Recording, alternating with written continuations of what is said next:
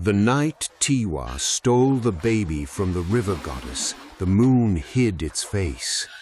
She waded into the sacred waters of the great river, her wrapper clinging to her thighs, her heart hammering against her ribs like a drummer gone mad.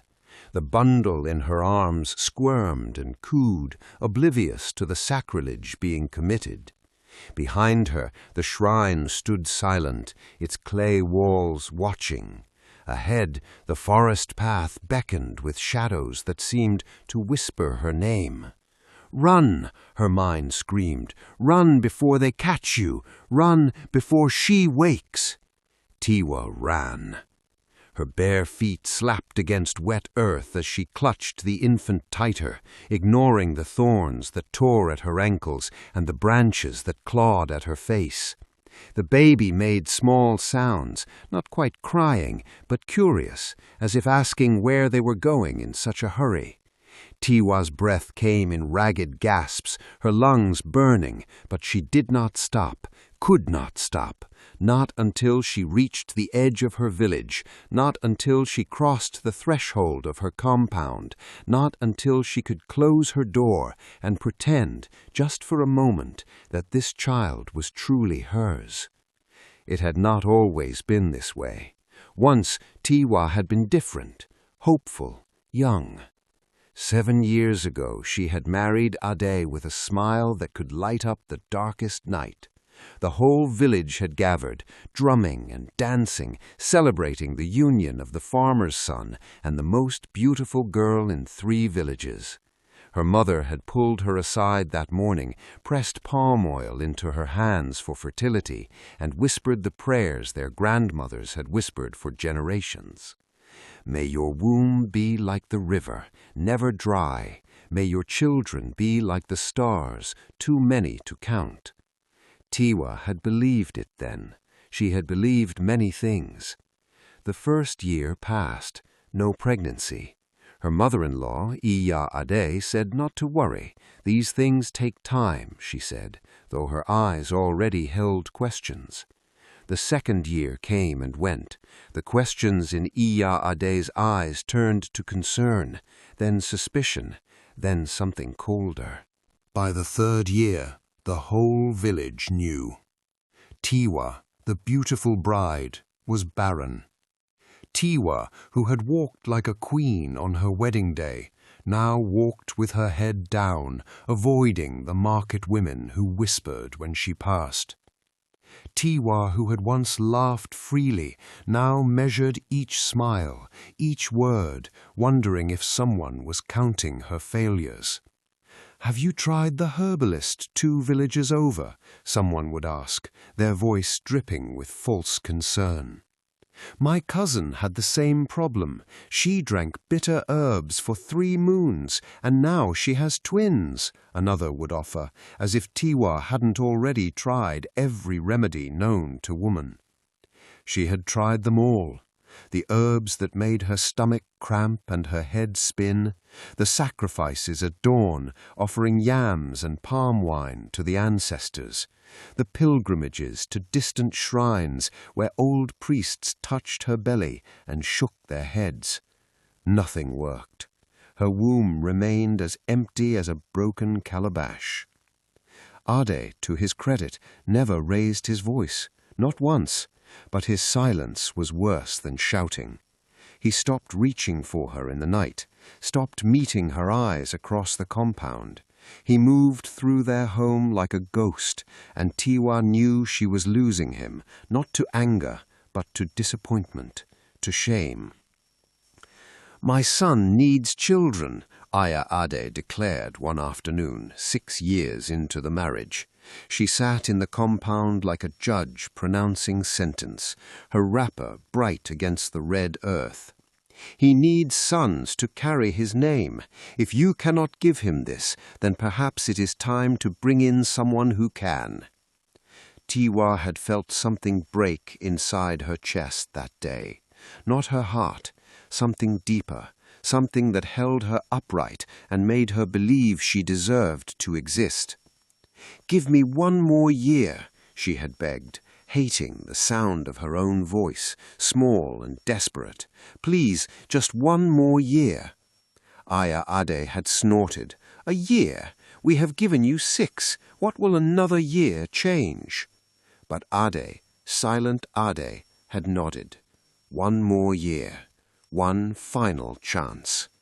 That was 4 months ago. 4 months of watching Iya Ade's eyes count the days. 4 months of feeling time slip through her fingers like water. 4 months of panic building in her chest until she could barely breathe. Then, 3 nights ago, she had heard about the baby at the river shrine. She had been at the market, pretending to examine yams while actually eavesdropping on 2 women discussing the latest village gossip. One of them, a gap-toothed trader from the next village, leaned in close to her companion. "They say the river goddess blessed a baby onto the shrine steps," she whispered, her voice thrumming with excitement. "Just appeared there at dawn, wrapped in white cloth. No mother, no father. The priests say it is a gift from the goddess herself, waiting for the right person to claim it." Tiwa's hands had frozen on the yam she was holding. "A gift?" the other woman asked, skeptical. "Or a trap? You know how these spirit children are. Today they are babies. Tomorrow they bring misfortune." "The priests blessed it. They say if someone with pure intentions takes the child before the next full moon, it will be a true blessing. But if no one comes," the trader shrugged, "they will return it to the river." Tiwa walked home in a daze, that conversation echoing in her skull. A baby, waiting, a gift from the goddess. That night she barely slept. She thought of Ade's silence, Iya Ade's counting eyes, the year that was already 4 months gone, the baby that would be returned to the river if no one claimed it. By the second night, the thought had become a whisper, a possibility. By the third night, it had become a plan. She told herself she was saving the child. The priests would return it to the river, and what kind of fate was that? She told herself the goddess had meant it for someone, so why not her?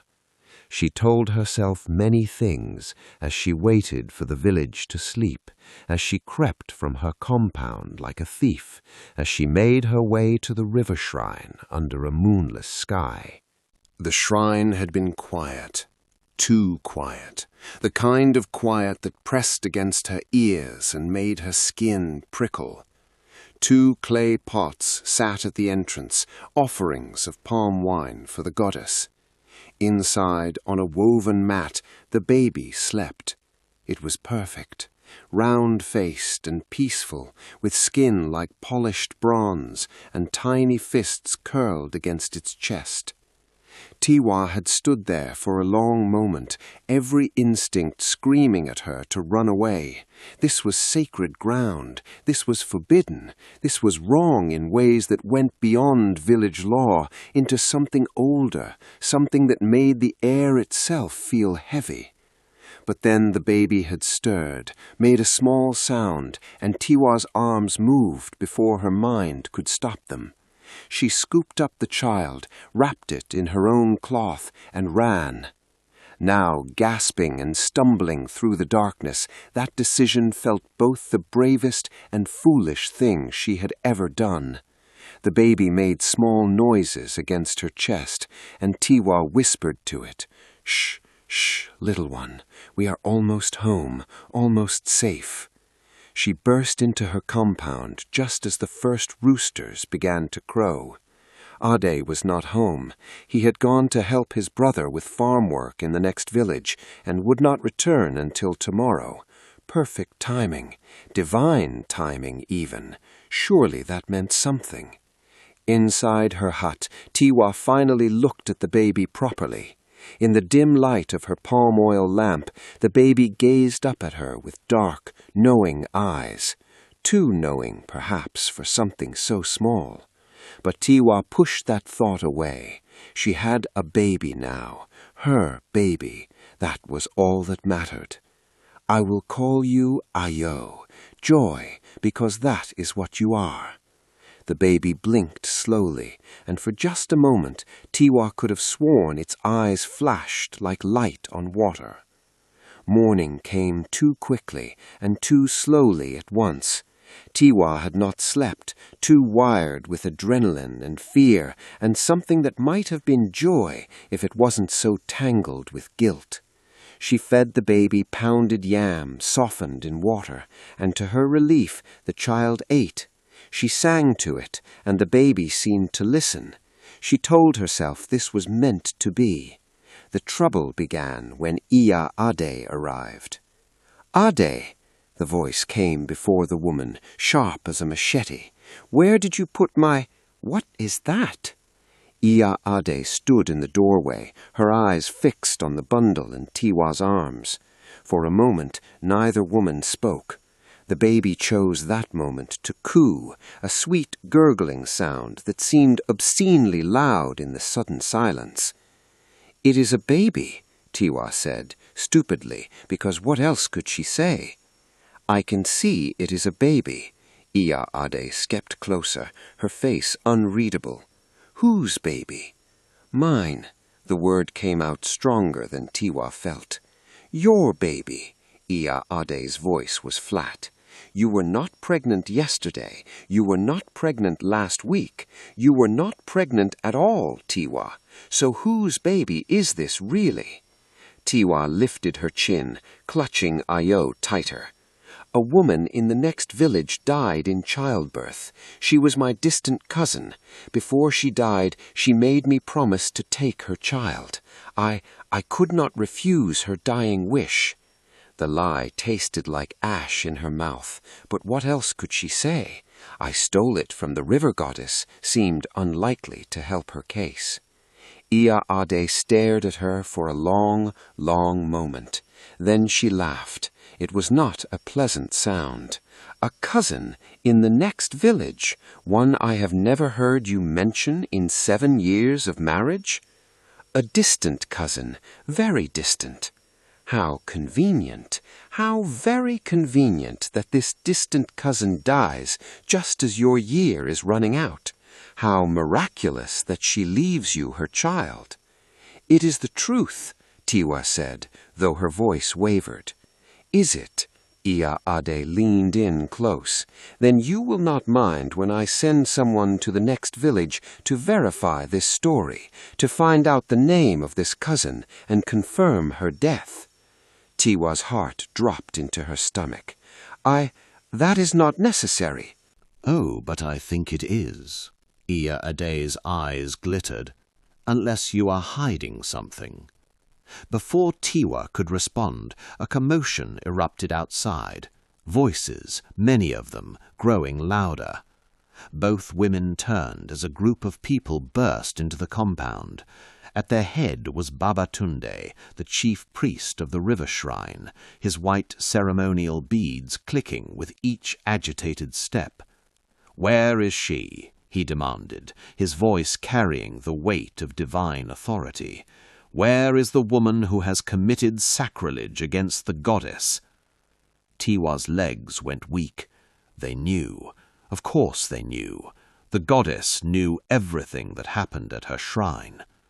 "Priest Tunde," Iya Ade's voice was carefully neutral, "what brings you to our compound with such urgency?" "A child has been stolen from the sacred shrine," Tunde announced, loud enough for the growing crowd to hear. People were gathering now, drawn by the commotion like ants to honey. "A spirit child left by the goddess herself has been taken by profane hands. The goddess is angry. She demands the child's return." All eyes turned to Tiwa and the bundle in her arms. "I found her," Tiwa heard herself say, her voice sounding distant to her own ears. "I found the baby abandoned and thought to give it a home. I did not know it was from the shrine. I did not know." It was a weak lie, and everyone knew it. Tunde's face darkened like a gathering storm. "You did not know. The child was wrapped in white cloth, the sacred color. It lay on a mat blessed by the goddess herself. It was inside the shrine, woman, not by the roadside." "Perhaps she made a mistake," someone in the crowd offered weakly, though they sounded doubtful. "A mistake," Tunde's voice rose. "To enter a sacred shrine at night and take what belongs to the goddess is no mistake. It is theft. It is blasphemy." The crowd murmured, a low sound like distant thunder. Tiwa felt their judgment pressing in from all sides. She looked down at Ao, who gazed back at her with those unnervingly calm eyes. "Please," Tiwa said, and she was not sure if she was speaking to the priest or the baby or the goddess herself. "Please, I meant no harm. I just wanted—" "What did you want? To steal your way into motherhood? To cheat the natural order because you cannot bear children of your own?" The words hit like physical blows. Around her, Tiwa heard gasps, whispers, a few cruel laughs. Her shame was now public property, spoken aloud for everyone to witness. "The child must be returned," Tunde continued. "Tonight, before the sun sets, you will bring it back to the shrine, make proper offerings, and beg the goddess for forgiveness. If you do this, perhaps she will show mercy." "And if I refuse?" Tiwa surprised herself with the question. Where had that defiance come from? From the same desperate place that had driven her to the shrine in the first place. The crowd fell silent. Tunde's eyes widened, then narrowed dangerously. "If you refuse, the goddess will take what is hers by other means, and the price will be far higher than you can imagine." "Is that a threat, priest?" "It is a warning, one you would be wise to heed." He turned to address the crowd. "All of you, bear witness. This woman has been told to return what was stolen. If she does not, whatever befalls her is by her own choice." With that, he swept from the compound, his attendants trailing behind him. The crowd began to disperse slowly, reluctantly, still whispering among themselves. T1 knew that by nightfall everyone in 3 villages would know what she had done. When only Iya Ade remained, the older woman shook her head slowly. "You foolish, foolish girl. Do you have any idea what you have done?" "I have given myself a chance at motherhood," Tiwa said, though her voice shook. "I have given this child a home instead of letting it be thrown back into the river." "That child does not belong to you. It belongs to forces you do not understand." "She is mine now." Iya Ade laughed again, that same bitter sound. "We will see how long you keep that pride. When the goddess comes for what is hers, you will wish you had listened." She left, and Tiwa was alone with the baby and the weight of what she had done. The rest of the day passed in a strange, suspended way. Tiwa stayed inside, doors closed, trying to pretend the world outside did not exist. She fed Ayor, sang to her, told her stories as if they were just a normal mother and child. The baby seemed content, never crying, always watching with those deep, dark eyes. As evening approached, Tiwa found herself pacing. She should return the child. She knew that. The rational part of her mind screamed at her to make the sensible thing, make the offering, beg forgiveness, and move on with her empty life. But when she looked at Ayor, sleeping peacefully in a basket lined with soft cloth, she could not imagine letting go.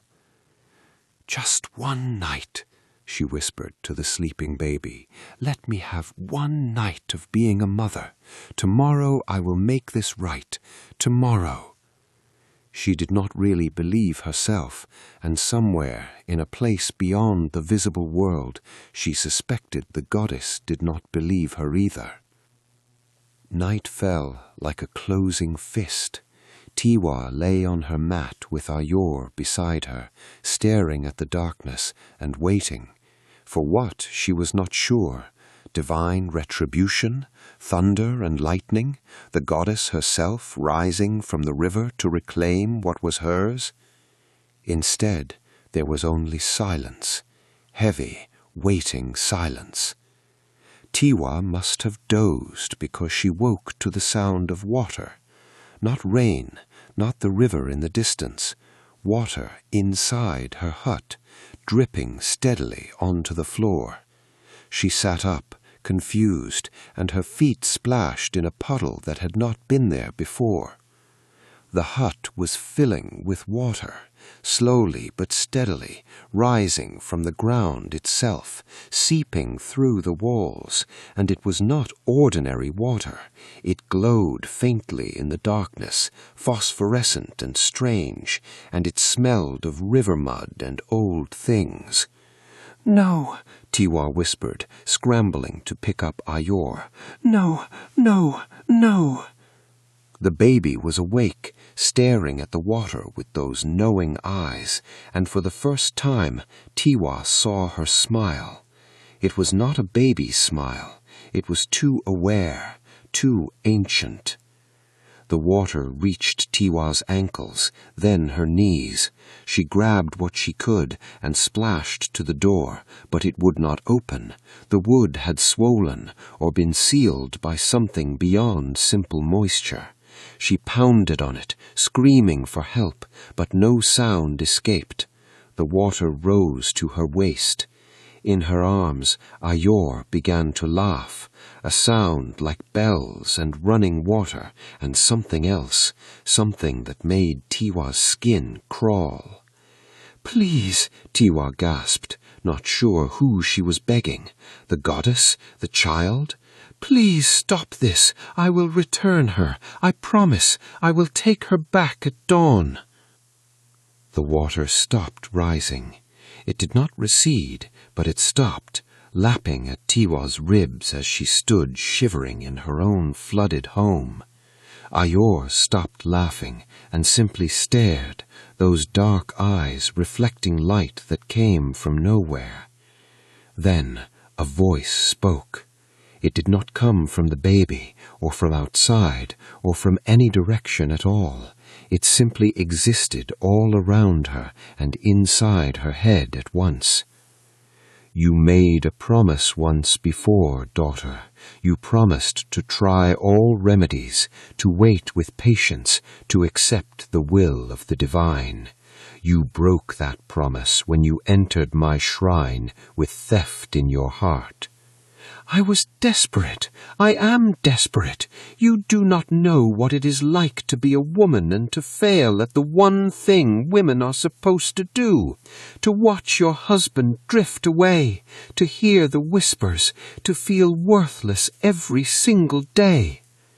"I know everything," the voice said, not unkindly, but not gently either. "I know your pain.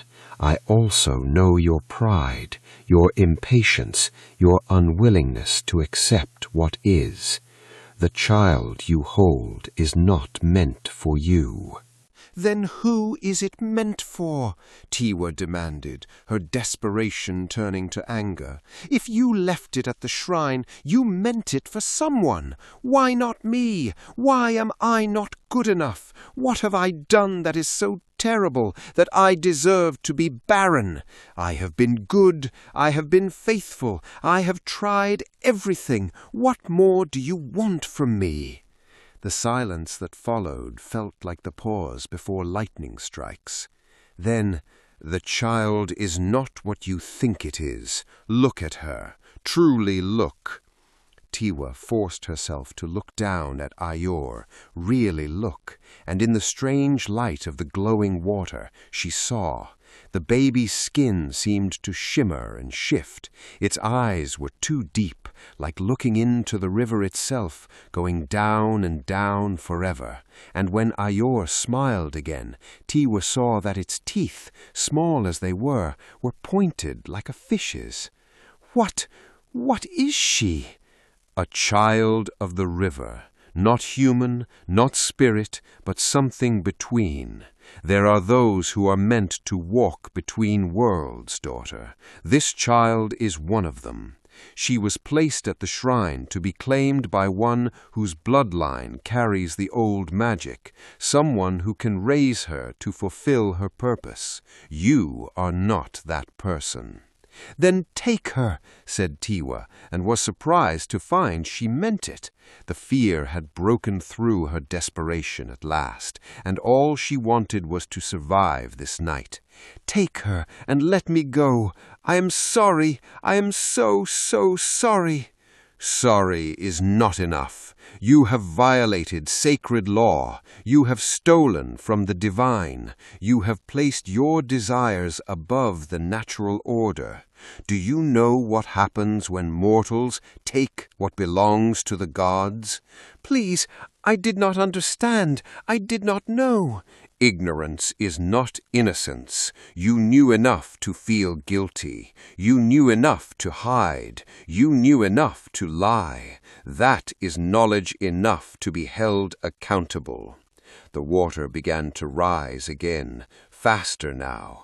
Wait, cried Tiwa, clutching Ayor tighter, even as the baby grew heavier in her arms, as if turning to stone. Wait, please, I will do anything. I will give anything. Just tell me what you want. I want what was taken, but the taking has created bonds that cannot be simply severed. You fed this child, named her, claimed her as your own. She has tasted your milk and heard your heartbeat. The bond must be broken properly, and that breaking requires payment. What payment? Everything. The word hung in the air like a death sentence. I do not understand, she whispered, though she was beginning to. You wanted to be a mother so desperately that you were willing to commit sacrilege, so I will give you what you wanted. You will keep the child. You will raise her as your own. The village will see you as a mother at last. For one wild moment, Tiwa felt hope surge in her chest. Then the goddess continued, But she will never love you. She will never call you mother with any warmth. She will grow, yes, but she will be cold and distant, a constant reminder of what you stole.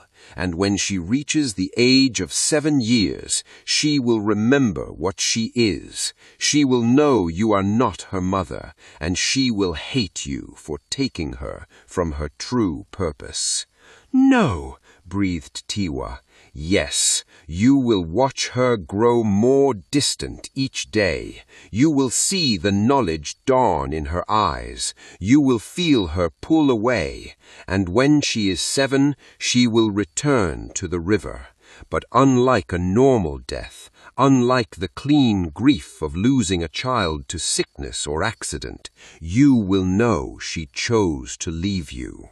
You will know she walked away because she despised what you did.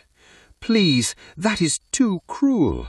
Cruel? You think this is cruel? I have not finished. The voice grew colder.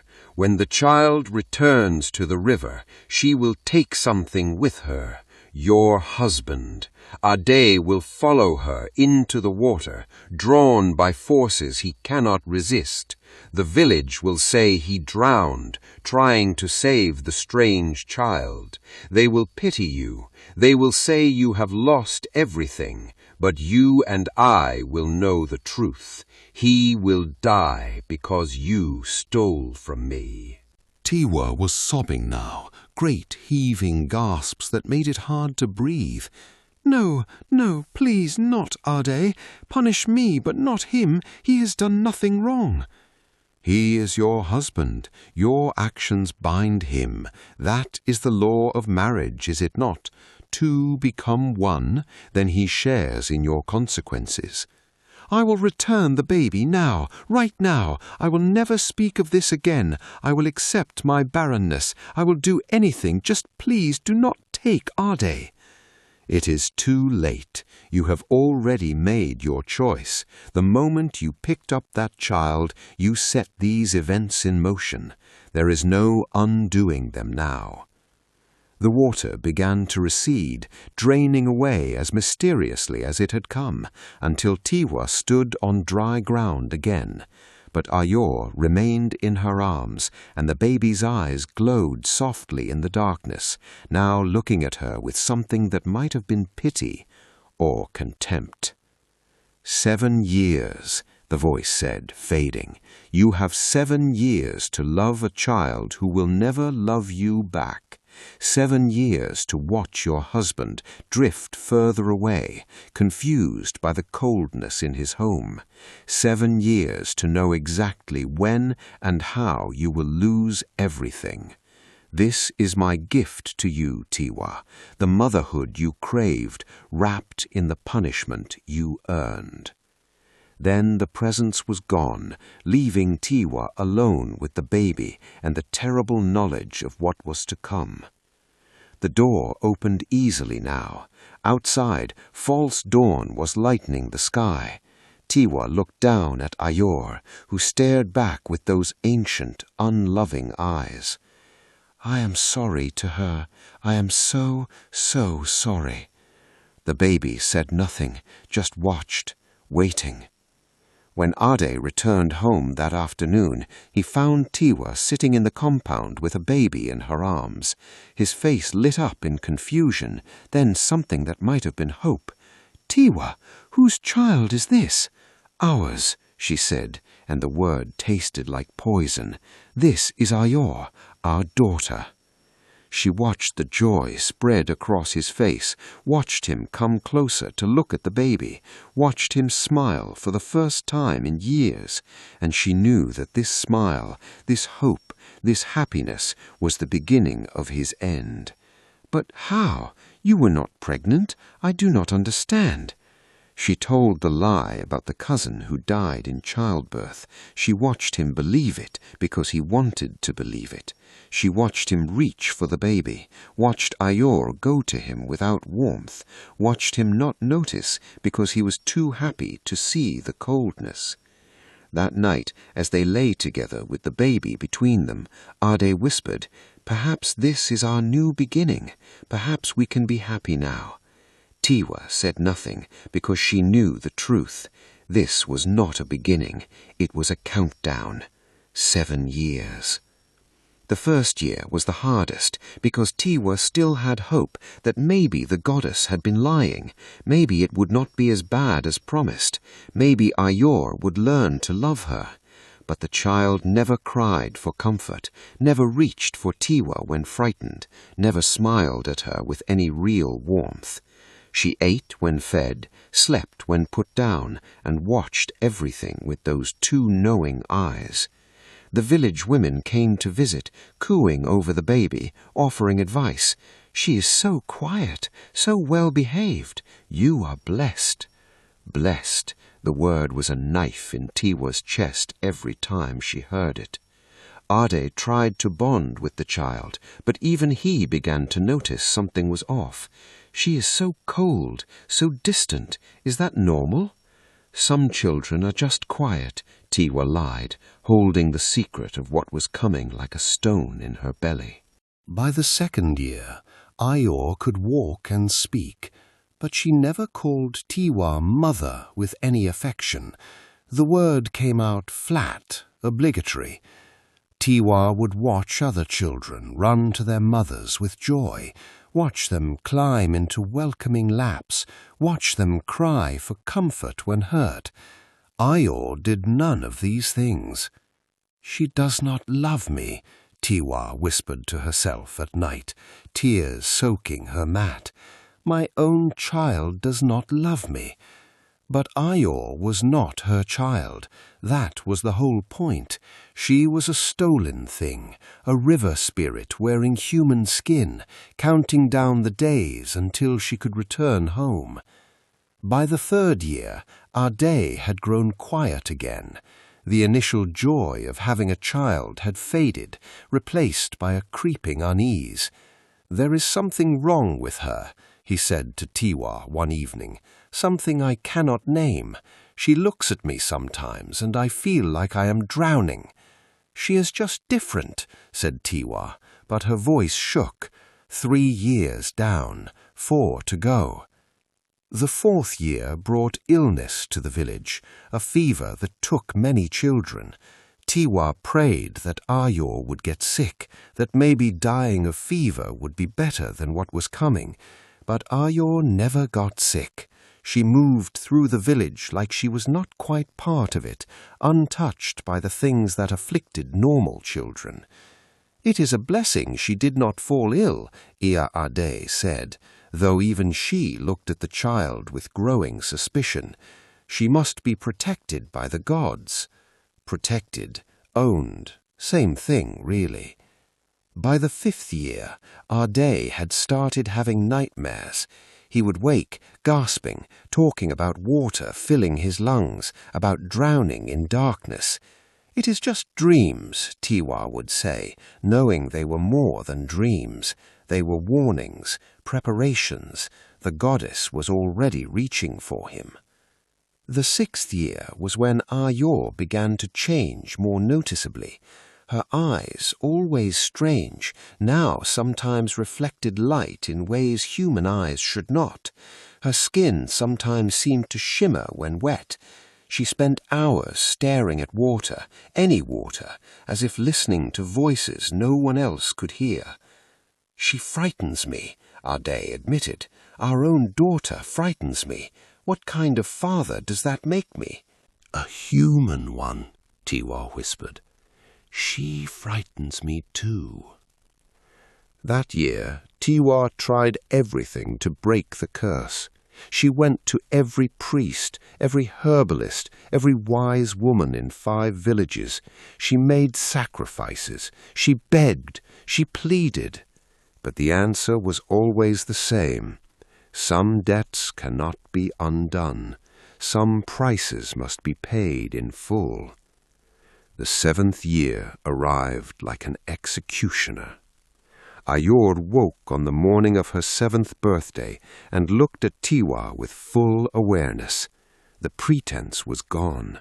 Whatever it kept her childlike, whatever it made her at least partly human, fell away. "You are not my mother," she said, her voice carrying echoes of running water. "You stole me. You took me from my purpose because you were too weak to accept your own emptiness." Tiwa had known this moment was coming for 7 years, but the words still hit like blows. "I know. I am sorry. I have been sorry every day." Sorry does not return time. Sorry does not give back what was taken. Ayor stood, and she seemed taller suddenly, older. "I am going home now, and I am taking him with me." "Please," Tiwa begged, though she had begged 1,000 times before, and it had never helped.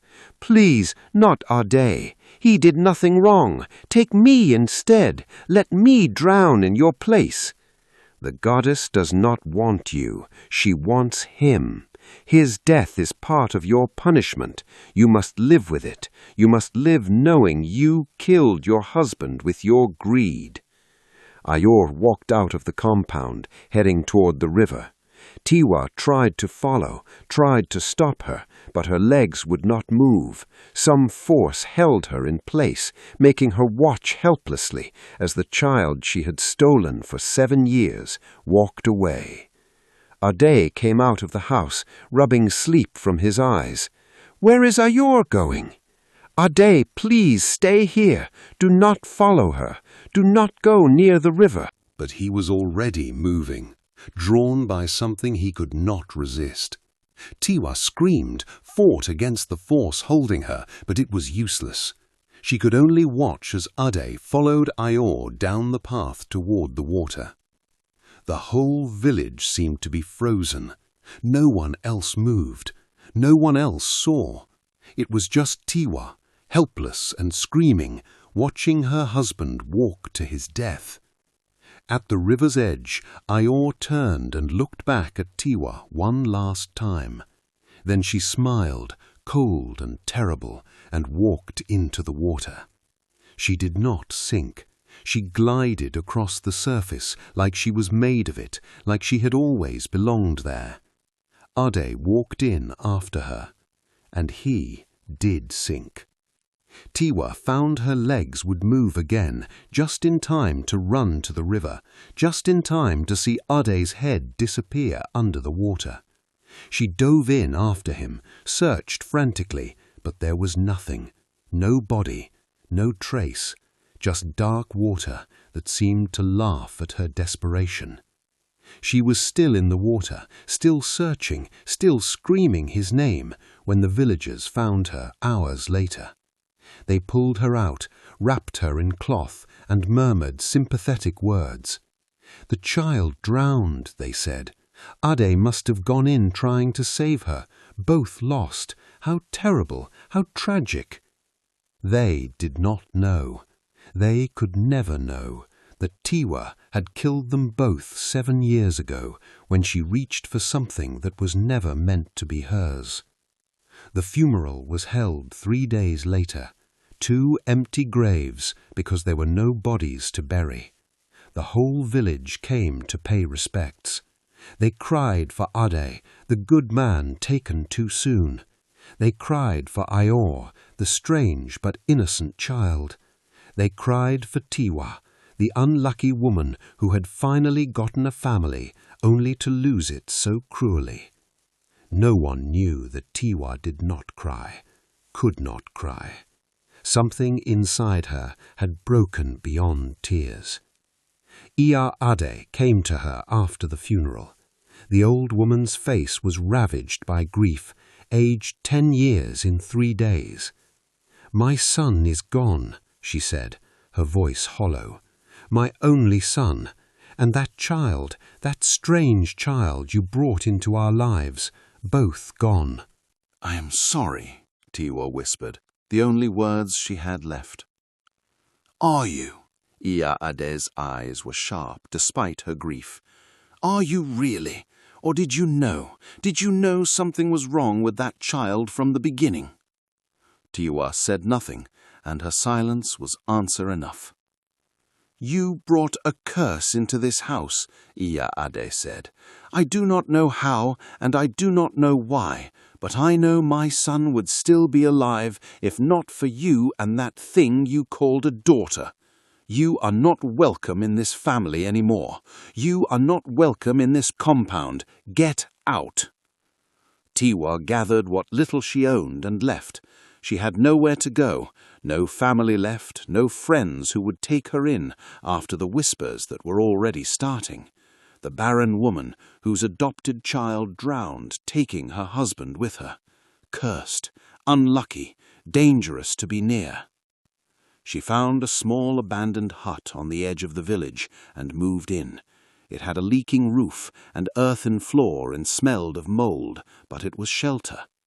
She lived there, alone, surviving on the charity of a few pitying souls who left food at her door.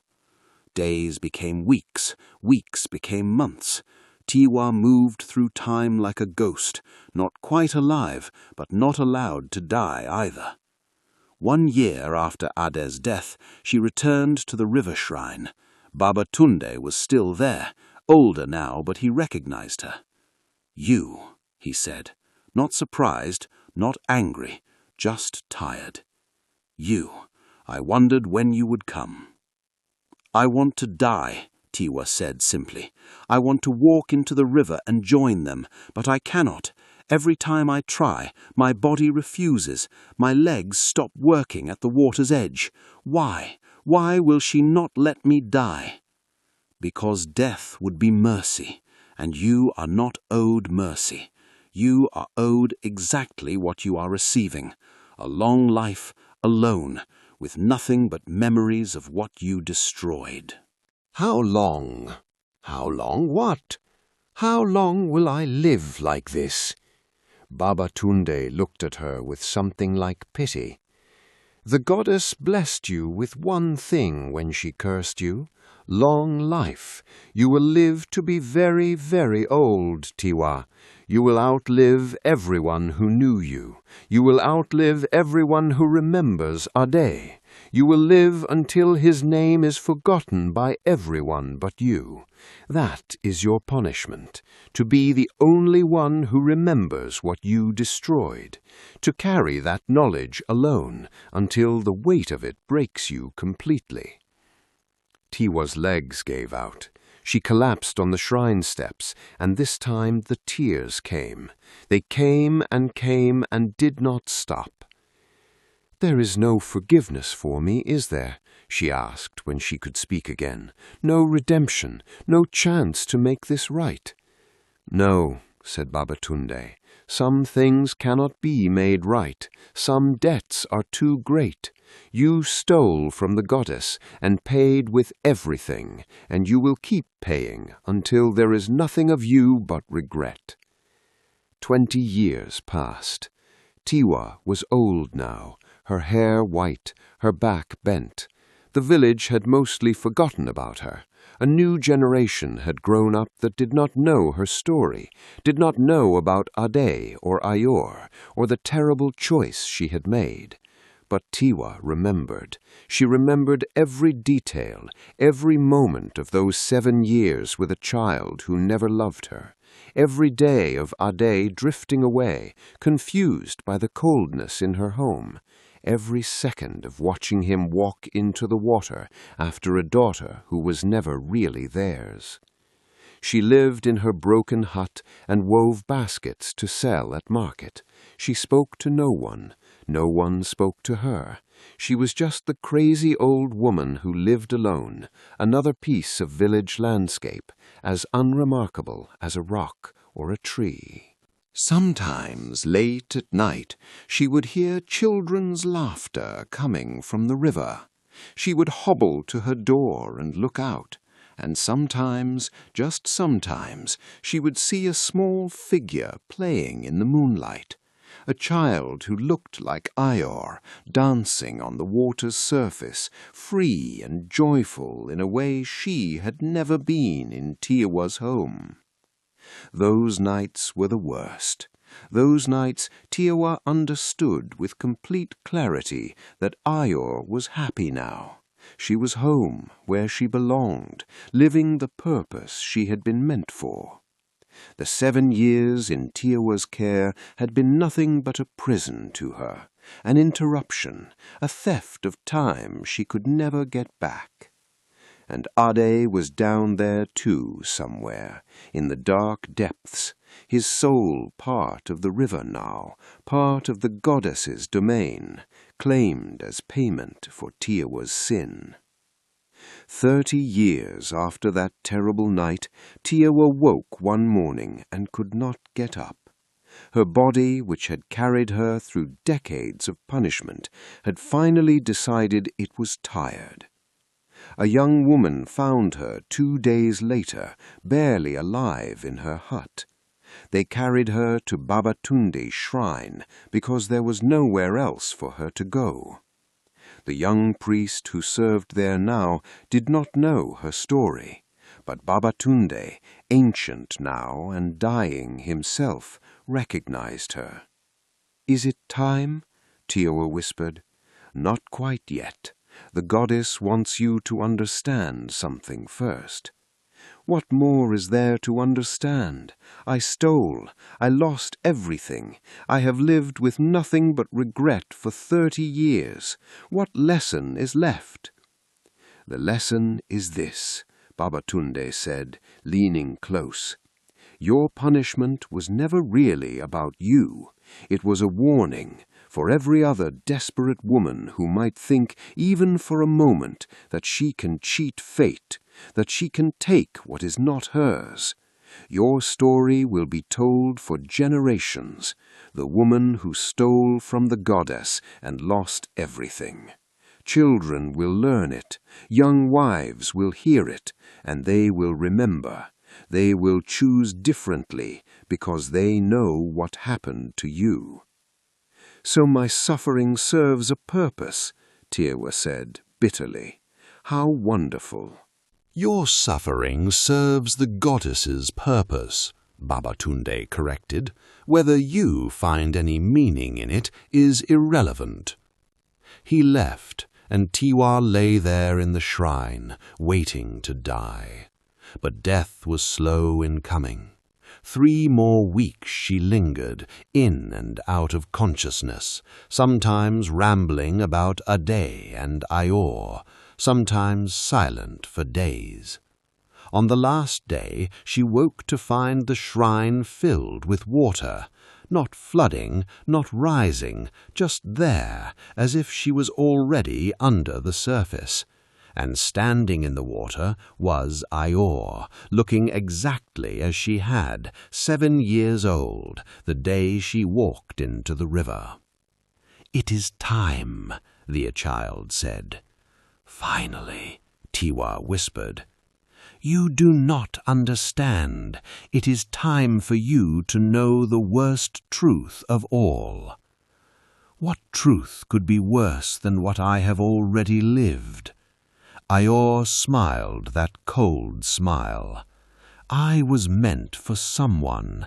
I was placed at that shrine for a specific person to claim, a woman from the village of priests, a woman whose bloodline carried magic, a woman who was supposed to raise me and teach me and help me become what I was meant to be. She came to the shrine the morning after you stole me. She wept when she found me gone. She died 3 years later, heartbroken, because she had failed the task the goddess gave her. You did not just steal from the goddess, Tiwa. You did not just kill your husband. You broke the future. You destroyed purposes and plans that went far beyond your small, desperate needs." The words fell on Tiwa like stones, each one heavier than the last. "I did not know," she whispered. "Would it have mattered? You wanted a child. You took one. The consequences to everyone else, to me, to that woman, to the future, to your husband, none of it mattered compared to your want. That is why your punishment had to be so complete, because your selfishness was so absolute." Ayor began to fade, becoming water, becoming river. "Die now, Tiwa, die and find no peace, because even death will not free you from what you have done. The ancestors will not welcome you. The gods will not grant you rest. You will wander, lost, forever knowing the full weight of your crime. This is the goddess's final gift to you, perfect, eternal understanding of how much you destroyed when you reached for something that was never meant to be yours." Then she was gone, and Tiwa was alone in the flooded shrine, drowning in water that was not really there, dying at last, but finding no relief in it.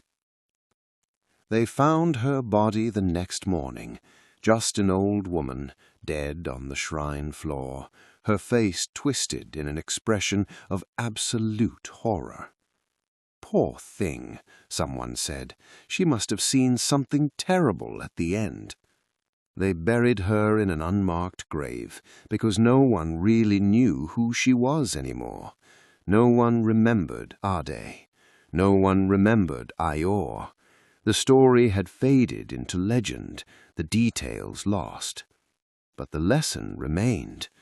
In 3 villages, when a woman struggled with barrenness, when desperation made her think of extreme measures, someone would tell the old story. The details might be wrong, the names forgotten, but the core remained. There was once a woman who stole from the goddess. She lost everything, and even death did not free her.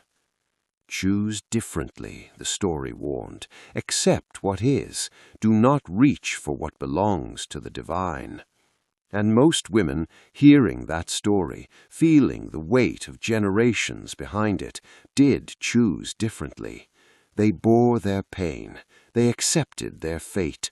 They did not steal from shrines in the night. Because they knew. They all knew. Some prices are too high to pay. Some hungers cost more than you have. Some stories do not have happy endings, or even peaceful ones. They just have endings that last forever. If this story cut you open and left you raw, then it did what it was meant to do. These old tales do not comfort, they warn, they teach through pain, because some lessons cannot be learned gently. Drop a comment below and tell us whether you think Tiwa deserved her fate, or if the goddess was too cruel. Tell us what you would have done in her position, though we both know desperation makes liars of us all when we say we would choose differently. If this story haunted you, subscribe for more African folk tales that respect you enough to show you the truth without sugar.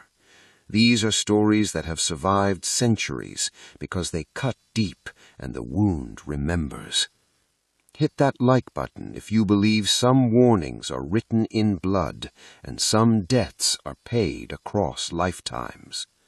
Until next time, remember that the gods are watching, the river remembers, and some things you take will take everything from you in return.